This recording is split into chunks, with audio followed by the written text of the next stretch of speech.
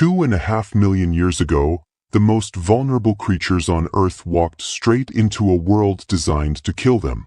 No claws, no fangs, no armor, just soft skin and curious minds facing saber-toothed cats, crocodiles the size of buses, and giant hyenas that hunted in coordinated packs. By every law of nature, they should have been extinct within days. Yet somehow, these defenseless ancestors of ours not only survived but conquered the planet. How did the weakest become the strongest? The answer will shatter everything you think you know about survival. Welcome to Hominid History Label. Before we dive into this incredible journey through deep time, let me know in the comments where you're watching from. I love connecting with viewers from around the world. And if you're ready to explore the most epic survival story ever told, hit that subscribe button and let's begin.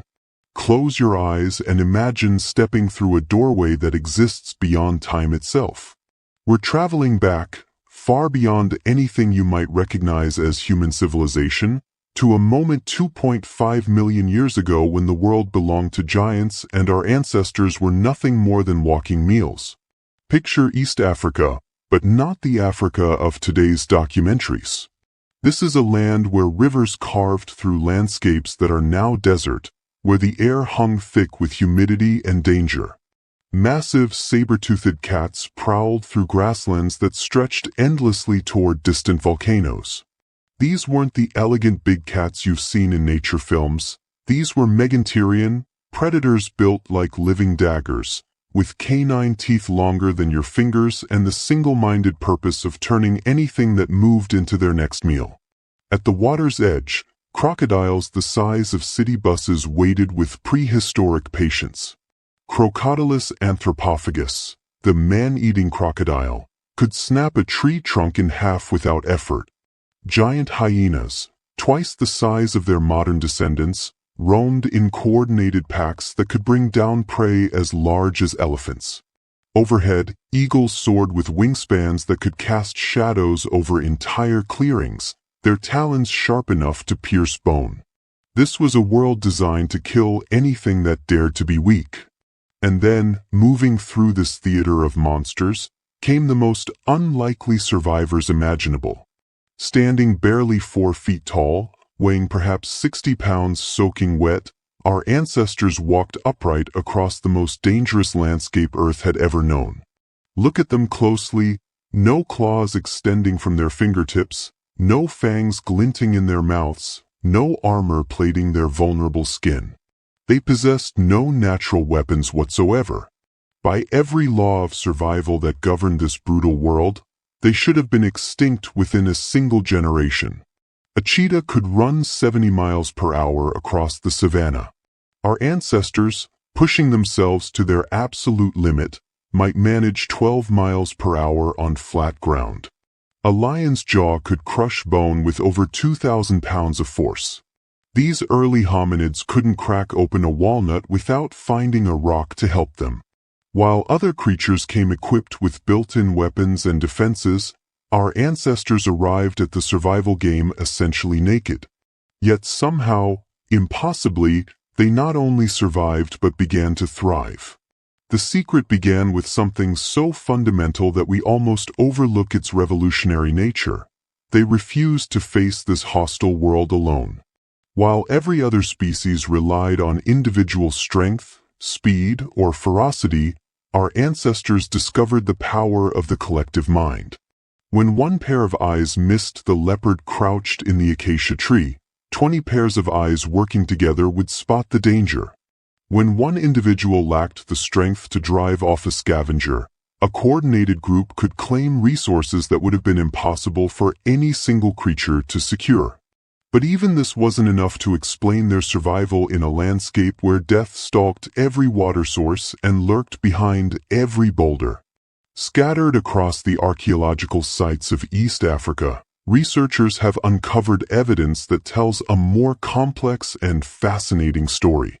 Ancient bones bear mysterious markings that initially puzzled scientists. These weren't the chaotic gouges left by predator teeth or the random scrapes of natural weathering. Instead, they showed deliberate, purposeful cuts made by creatures who understood something that no other species had yet grasped. Our ancestors had become students of their world in ways no animal had ever achieved. They watched everything with an intensity that bordered on obsession. They learned the hunting patterns of every predator, the feeding schedules of every scavenger, the seasonal movements of every prey animal. They memorized which water sources attracted the most dangerous visitors and at what times of day. They studied the sky for weather patterns and the ground for tracks that told stories of who had passed this way and when. Then they did something that would fundamentally alter the trajectory of life on Earth. They walked directly into danger, not to fight it, but to outsmart it. Picture this scene unfolding on the ancient savanna. A pride of lions has just brought down a massive antelope near a grove of fever trees. They feed with the leisurely confidence of apex predators, gorging themselves until their bellies bulge. Satisfied and drowsy, they retreat to patches of shade to sleep off their enormous meal. Hours pass. The heat of the day intensifies. Vultures descend in spiraling clouds to clean whatever meat they can tear from the carcass. Other scavengers, hyenas, jackals, wild dogs, fight over the remaining scraps until nothing seems left but bones and hide. But our ancestors had been watching from concealment, patient as the stones around them. As the last of the traditional scavengers departed, these unlikely competitors emerged from their hiding places and approached the abandoned kill site. What happened next represents the birth of human genius. While every other scavenger in Africa fought desperately over fragments of meat and sinew, our ancestors recognized a prize that no one else could access: the rich, fatty marrow sealed inside the bones. This wasn't just food, it was the most concentrated nutrition available in their world, packed with the fats and proteins that growing brains desperately needed. And it was protected by a barrier that brute force couldn't breach but intelligence could crack. Using unworked stones as hammers and anvils, they systematically broke open bones that other scavengers could only gnaw uselessly. The marrow they extracted represented pure energy, pure brain fuel, extracted from remains that everyone else had written off as worthless. This technique gave them access to resources that were invisible to every other creature on the continent. But as they shared this bounty among their group, carefully extracting every precious bit of nutrition, they were doing something even more revolutionary than surviving. They were proving that in a world that rewarded only strength and speed, there was another path to dominance, the path of the thinking predator. This moment, not when they first stood upright, not when they first controlled fire, but this moment when weakness transformed into wisdom, marks the true beginning of human ascendancy. Because hidden in the archaeological record, buried in ancient caves and preserved in fossilized lake beds, lie clues to capabilities that made our ancestors seem almost supernatural in their ingenuity. Evidence points to innovations that shouldn't have existed yet, behaviors that appear impossibly sophisticated for creatures we once dismissed as primitive, and survival techniques that we're only now beginning to fully understand and appreciate. Those vulnerable figures walking across the dangerous savanna were carrying within their expanding skulls the seeds of technologies that would eventually reshape the entire planet. But that's a story that unfolds in the shadows and firelight of what comes next. The change didn't happen overnight. Evolution rarely works that way. But somewhere between 1.5 million and 400,000 years ago, something extraordinary began stirring in the skulls of our ancestors. Their brains, already larger than their predecessors, started rewiring themselves in ways that would make survival not just possible, but inevitable. Imagine walking alongside a group of early Homo erectus as they traverse the African landscape. At first glance, they might still seem vulnerable, no bigger than before, no faster, no stronger. But watch their eyes. Notice how they scan the environment with an intensity that borders on supernatural. They're not just looking at their world, they're reading it like a book written in tracks, scents, and shadows. That distant dust cloud on the horizon? They know it means a herd of antelope being pursued by predators, which means opportunity in exactly 47 minutes when the lions will be too gorged to defend their kill.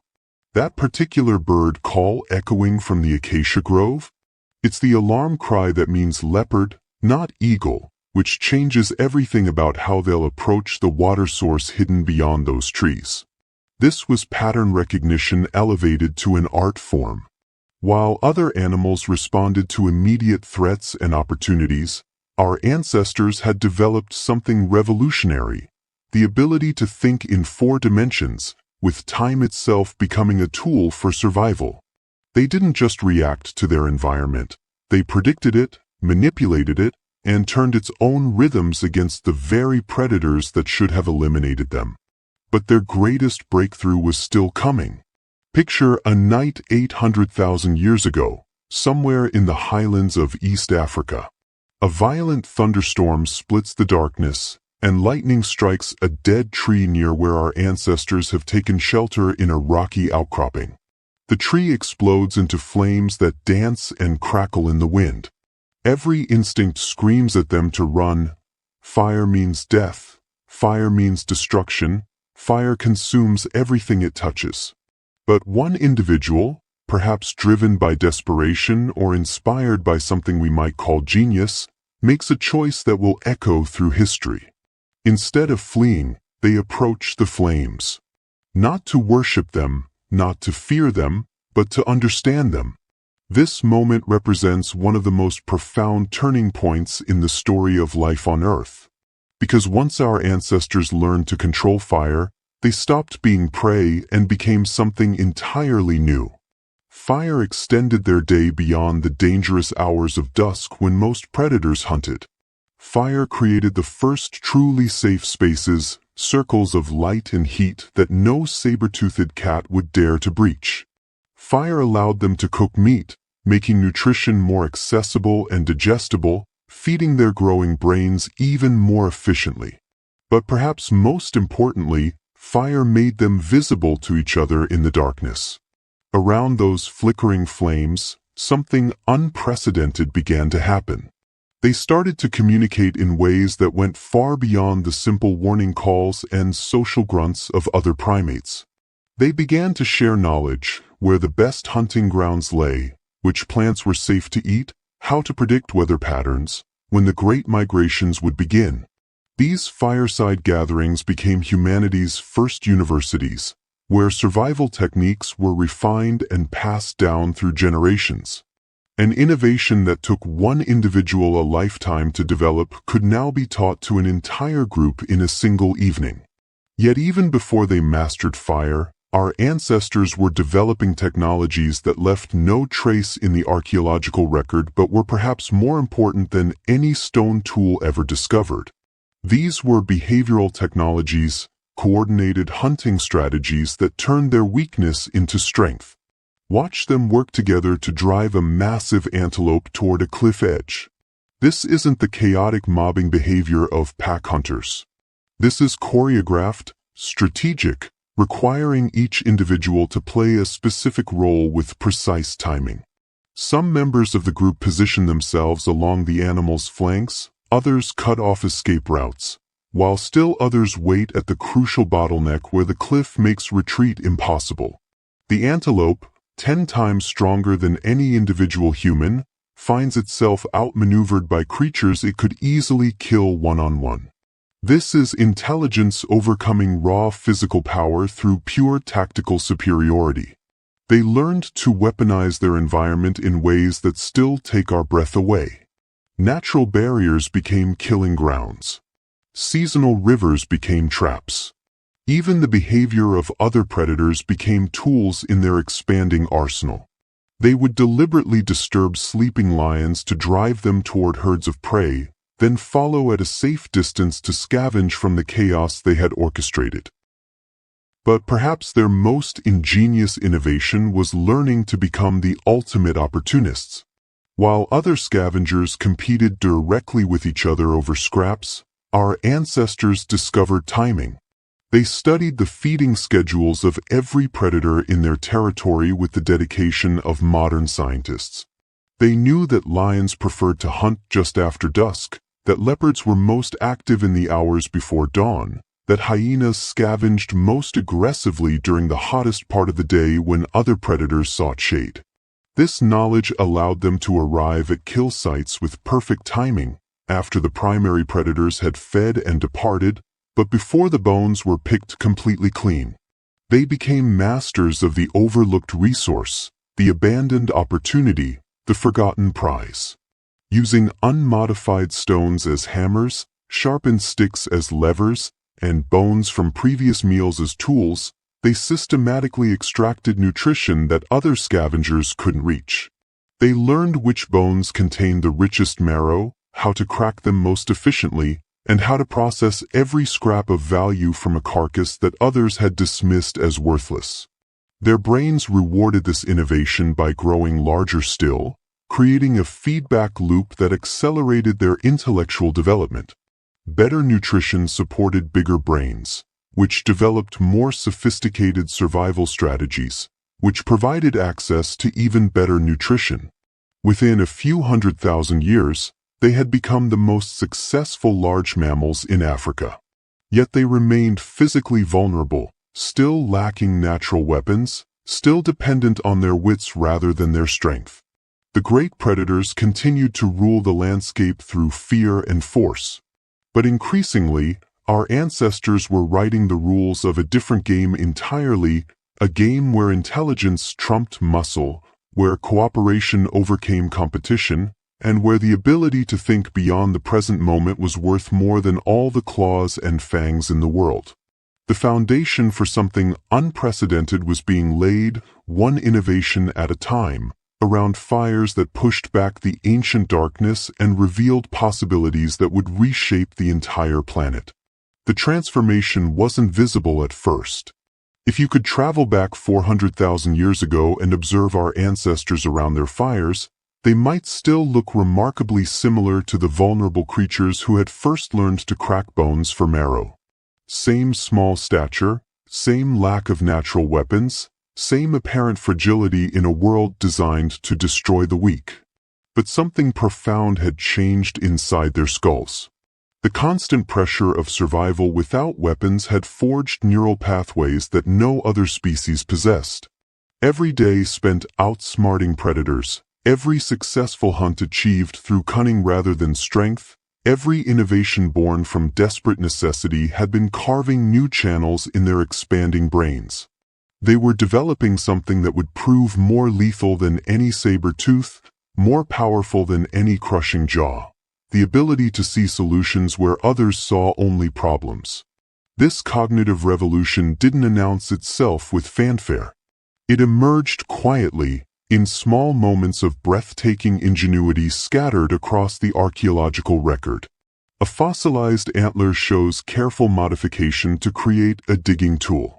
Ancient elephant bones reveal systematic butchering techniques that extracted maximum nutrition with minimal effort.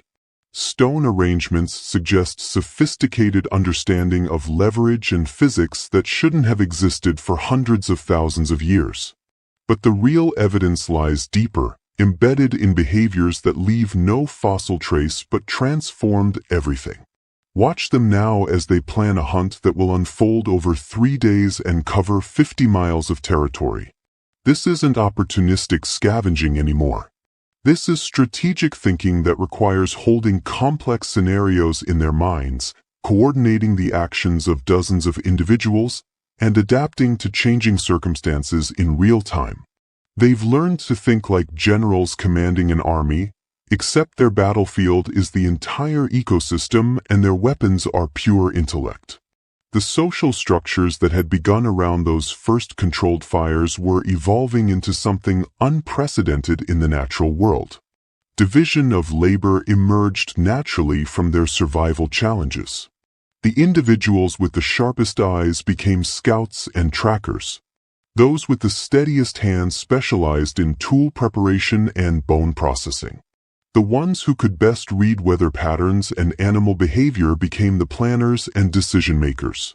Most remarkably, they developed systems for preserving and transmitting knowledge that didn't depend on individual memory alone.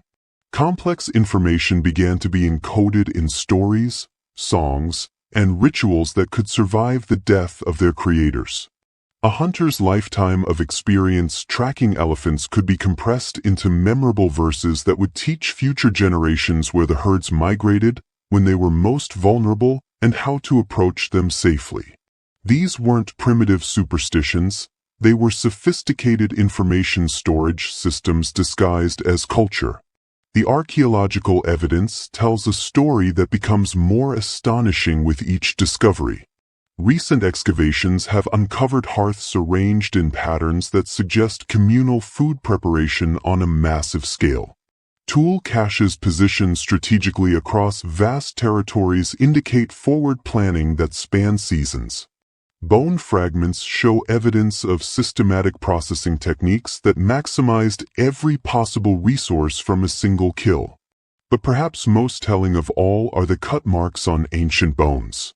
Modern analysis reveals that these weren't random slashes made by creatures desperate for any scrap of nutrition. They were precise, efficient cuts made by individuals who understood anatomy with surgical precision. They knew exactly where to slice to separate joints, how to remove meat with minimal waste, and which bones contain the richest marrow. This level of expertise doesn't develop by accident. It represents generations of accumulated knowledge, refined through practice and passed down through teaching. Our ancestors had become professors of survival, with curriculums that covered everything from predator psychology to seasonal nutrition management. And then came the breakthrough that changed everything. Somewhere around 300,000 years ago, one of our ancestors made a cognitive leap that would ultimately lead to smartphones, space travel, and symphonies.